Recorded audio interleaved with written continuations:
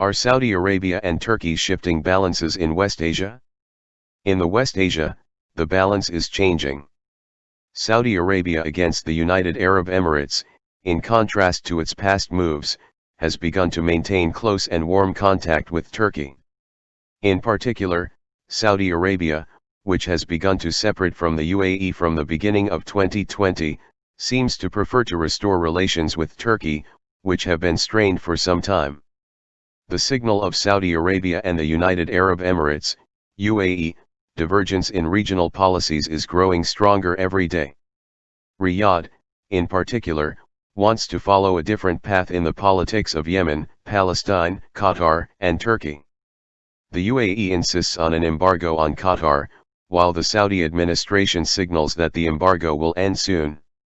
Saudi Arabia is emphasizing relations with Turkey, while the UAE is cooperating with Israel and Greece in the eastern Mediterranean. The relationship between Saudi Arabia and the United Arab Emirates, UAE, which has been a regional alliance in recent years, appears to have begun to diverge on important issues from the beginning of 2020. It seems that the desire of the Saudi Arabian administration to play a more balanced and constructive role in regional policies, as well as the desire to put an end to the perception that the UAE is almost directing Saudi Arabia, has played a role in this. The relationship between Saudi Arabia and UAE seems to be heading towards a crossroads in relations with Qatar, Israel, and Turkey, especially Yemen. Especially in Yemen, it seems that the strategy of the two countries has completely diverged by 2020, and the UAE has adopted a separatist policy in the country. The United Arab Emirates appears to be diverging from Saudi Arabia's goals, especially in its policy in Yemen in the first months of 2020. The UAE appears to have begun to implement a separatist agenda on the Southern Transitional Council, particularly the strategic island of Socotra in Yemen, and has taken steps to weaken the power of the Saudi-backed Yemeni government.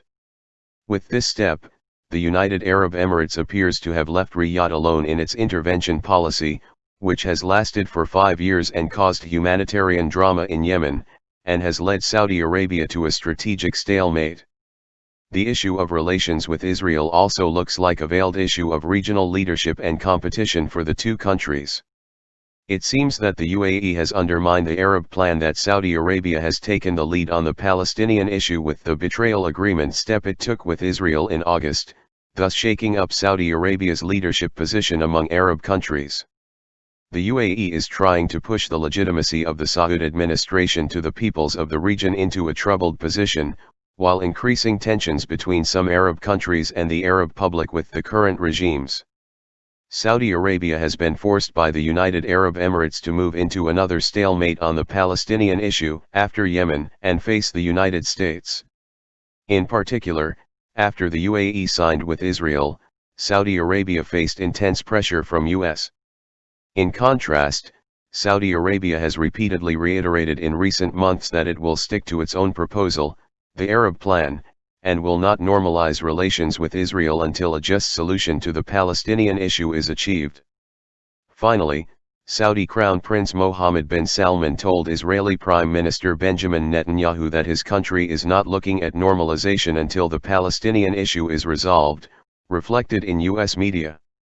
The difference of opinion between the United Arab Emirates and Saudi Arabia also occurs in the embargo against Qatar.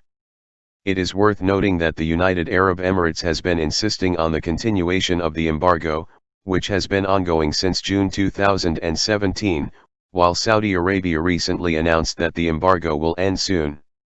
Finally, in the Financial Times, it was claimed that Crown Prince Mohammed bin Salman would soon end the embargo on Qatar as a message of goodwill to the administration of President-elect Joe Biden in the United States.